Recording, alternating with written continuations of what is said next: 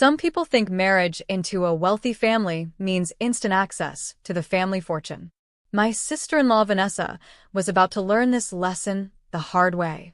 My name is Isabella Martinez, and this is the story of how a trust fund manager helped expose the truth about my late husband's inheritance.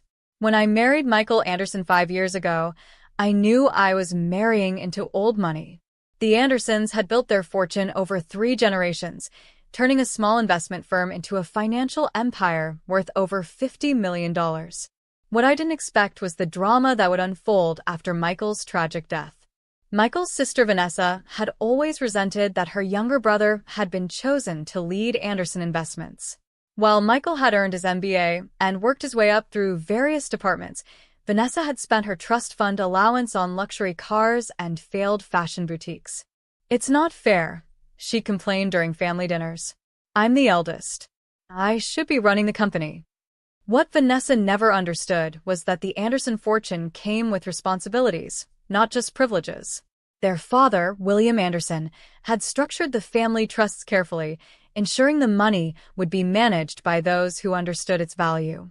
Michael took those responsibilities seriously. Even after we married, he insisted on living modestly compared to our means, focusing on growing the company rather than spending frivolously. "Money doesn't mean much if you don't use it wisely," he would say, echoing his father's teachings. Then came the accident. Michael was flying back from a business meeting when his private plane went down in bad weather. I lost my husband, my best friend, and the father of our unborn child in an instant. The funeral was barely over when Vanessa started making her moves. She showed up at my house with her lawyer, waving what she claimed was Michael's most recent will. "As his only sibling, I inherit everything," she announced. "You'll need to move out of the house by the end of the month." I was still deep in grief, but something about her claim didn't add up. Michael and I had discussed our estate planning in detail, especially after learning I was pregnant. He had been very clear about his wishes. "Let me see that will," I said, reaching for the document. Vanessa snatched it back. "You'll get a copy through your lawyer. For now, all you need to know is that Michael left everything to me. The house, the company's shares, all the accounts, everything." I noticed her designer outfit was new, probably purchased just for this performance. Same old Vanessa, always dressing for the role she thought she deserved. "We'll need to go to the bank," she continued. "I want all accounts transferred to my name immediately." The next morning, we met at Anderson National Bank, where the family's trusts were managed. Vanessa strutted in like she already owned the place, her heels clicking on the marble floor. Mr. Phillips, the trust fund manager who had worked with the Anderson family for 30 years, greeted us in the conference room. His face was carefully neutral as Vanessa presented her documents. "As you can see," she said smugly, "Michael left everything to me. I'll need all accounts transferred by the end of business today." Mr. Phillips glanced at me, then slowly opened his briefcase. "Before we proceed, there are some other documents you need to see." He pulled out a thick folder. 3 months ago, Michael came to me with specific instructions about the family trusts. He was very clear about how everything should be handled in the event of his death. Vanessa waved her will impatiently. "That doesn't matter. This is more recent." "Actually," Mr. Phillips said, "it matters a great deal. You see, most of the assets you're claiming weren't Michael's to give away in the first place." He spread out several documents on the table. The Anderson family fortune is held in a series of irrevocable trusts established by your father. Michael was the trustee, not the owner. Upon his death, control passes according to the trust terms, not his personal will. Vanessa's face began to pale as Mr. Phillips continued his explanation. "Furthermore," he said, pulling out another document, "Michael did update his estate plan recently. He established a new trust for his unborn child, transferring most of his personal assets into it. Isabella is named as trustee until the child turns 25.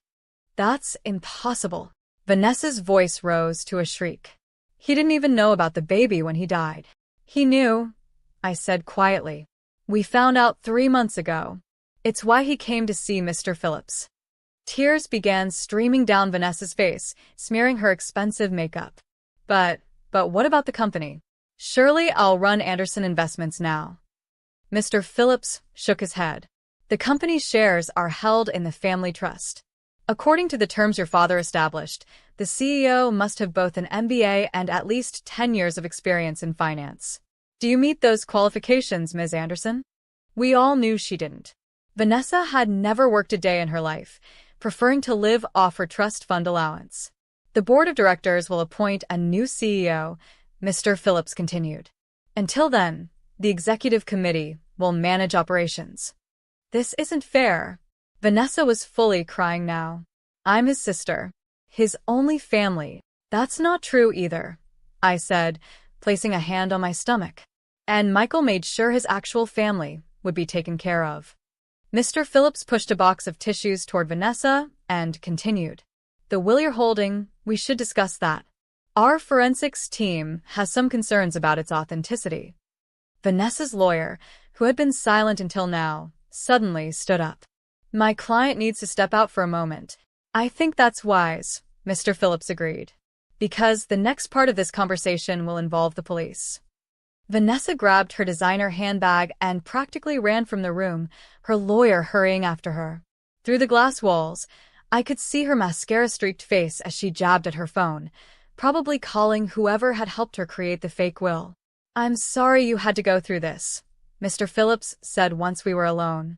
Michael was very concerned about Vanessa trying something like this. That's why he was so careful with the documentation. I nodded, remembering how Michael had insisted on updating all our estate plans as soon as we learned about the pregnancy. He had known his sister well. The next few weeks were challenging. Vanessa's forged will led to a police investigation, which revealed she had paid a desperate law clerk to create the document. She had assumed that with Michael gone, no one would question her right to the family fortune. What she hadn't counted on was Michael's careful planning and Mr. Phillips's dedication to protecting the Anderson legacy. The forged will wasn't just a crime, it was an insult to everything the family had built. The family's lawyers were quick to act. Vanessa's trust fund allowance was suspended pending the criminal investigation. Her access to family properties and accounts was revoked. For the first time in her life, she had to face real consequences for her actions. You're ruining me, she screamed during one particularly dramatic phone call. Michael would never want this. Michael wanted his child to inherit what generations of Andersons built. I replied calmly. He loved you, Vanessa, but he knew you weren't ready for the responsibility. The criminal charges were serious. Forgery, attempted fraud, and conspiracy could have sent her to prison. But remembering Michael's compassionate nature, I agreed to a deal. Vanessa would admit her crimes, seek counseling, and learn to support herself. Her trust fund wasn't permanently revoked, but it was restructured. Instead of a monthly allowance, she would receive matching funds for any income she earned through legitimate work. It was time for Vanessa to learn the value of money by earning it herself. 6 months later, Michael and I's daughter was born. We named her Sophia William Anderson, honoring both her father and grandfather. Mr. Phillips became her godfather, a recognition of his role in protecting her inheritance. Vanessa didn't meet her niece until Sophia was 3 months old. By then, she had started working as an entry-level marketing assistant, her first real job at age 35. The humility of earning minimum wage had begun to change her. She looks just like Michael, Vanessa said softly, watching Sophia sleep. I'm so sorry, Isabella. I let greed blind me to what really matters. The Anderson family fortune remained secure in its carefully structured trusts. The company thrived under new leadership, chosen for competence rather than family connections. And slowly, Vanessa began to understand that being an Anderson meant more than just having access to money. Mr. Phillips continued to manage the family trusts with the same dedication he'd always shown. His office wall now holds a picture of him holding baby Sophia, a reminder of why protecting family legacies matters. Your daddy was a wise man, he tells her during our visits to the bank. He knew that true wealth isn't just about money. It's about values, responsibility, and family. The fake will that Vanessa had thought would give her everything now sits in a police evidence locker, a reminder that some shortcuts come with heavy prices. Her lawyer was disbarred for his role in the scheme, and the law clerk who helped forge the document served 6 months in jail. Vanessa's transformation wasn't instant, but it was genuine. After a year of working regular jobs, she discovered she had a talent for event planning.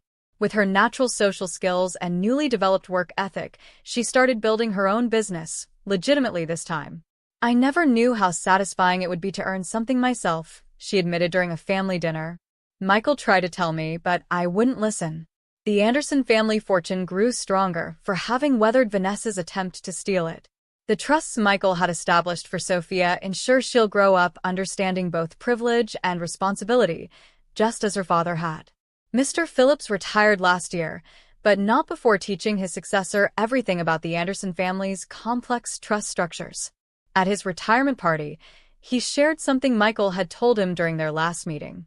"Money is just paper," Michael had said, "but legacy is about teaching the next generation its true value." Sophia is 4 now, already showing signs of her father's intelligence and sense of responsibility. She loves visiting the company offices, where employees still speak of Michael with respect and affection. Vanessa's event planning business has become successful enough that she rarely needs to use her trust fund matching anymore. She's found satisfaction in building something of her own, finally understanding what Michael had tried to teach her about the value of work. The conference room where Vanessa's scheme unraveled is now named the Michael Anderson Room, a subtle reminder that integrity matters more than inheritance. Mr. Phillips's successor keeps the same careful watch over the family trusts, ensuring they continue to serve their intended purpose. Sometimes when I watch Sophia playing in what would have been her father's office, I think about that day at the bank. Vanessa's tears weren't just about losing the money. They were the beginning of her understanding that true wealth isn't what you're given, but what you earn and protect. The Anderson family fortune remains substantial, but its real value lies in the lessons it teaches each generation. Michael's careful planning ensured that his daughter will grow up understanding both the privileges and responsibilities of her inheritance. Vanessa still attends family functions, now as a successful businesswoman in her own right rather than just a trust fund recipient. She's become the kind of aunt Michael would have wanted for Sophia, teaching her niece about entrepreneurship and the satisfaction of earning your own way. The trust fund manager's revelations that day did more than just stop a theft. They sparked a transformation that strengthened the entire Anderson legacy. Sometimes the best inheritances aren't the ones written in wills, but the lessons learned along the way. Mr. Phillips's retirement gift to Sophia was a special trust fund designed to match any money she earns from her own entrepreneurial efforts when she's older. It's structured like the one that helped change her aunt's life, ensuring that the next generation of Andersons understands the value of work. The Anderson family story continues, shaped by Michael's wisdom even after his death. The fortune he protected has become more than money. It's a tool for teaching values that matter more than wealth itself. And in the end, that's what Michael truly left us.